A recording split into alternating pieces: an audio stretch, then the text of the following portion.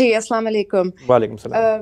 میرا سوال غامدی صاحب سے ہے. میں نے ان کے ایک لیکچر میں بریفلی یہ مینشن کیا تھا انہوں نے کہ یہ جو 99 نام ہے خدا کے، اس میں سے کچھ غلطی سے وربز تھے اور وہ لوگوں نے ناؤن بنا کے شامل کر دیے ہیں 99 ناموں میں. یہ میں غلط سمجھی ہوں یا یہ واقعی آپ نے اسی طرح سے مینشن کیا تھا؟ اور اگر آپ کا یہی مطلب تھا تو پھر کون سے نام ہیں جو غلطی سے ناؤن بنا دیے گئے ہیں بلکہ ہونے ان کو وربز چاہیے؟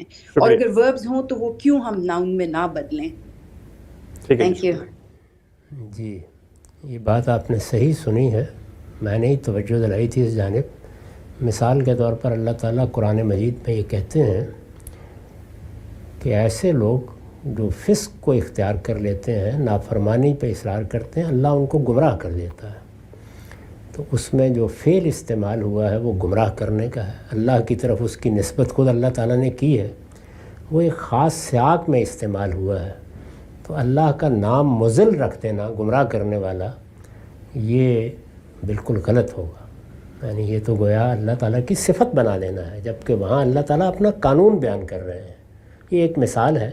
تو آپ اگر ان کی فہرست دیکھیں جو 99 نام ہیں تو ایسے نام بھی آپ کو ملیں گے.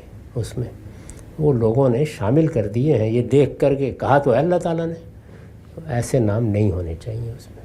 بس اتنی بات تھی. آپ قرآن مجید کو دیکھیے تو اللہ تعالیٰ نے اپنے لیے جو صفات استعمال کی ہیں، جیسے علیم، حکیم، قدیر، انہی کو اللہ کے ناموں کی حیثیت سے خود نہیں بنانے چاہیے. ٹھیک ہے سر. اس میں پھر اس طرح کی غلطی ہو جاتی ہے.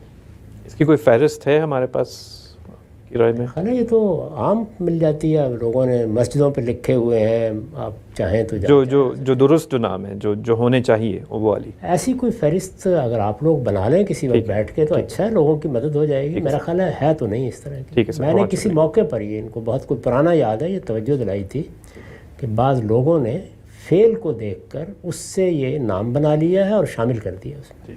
بہت شکریہ.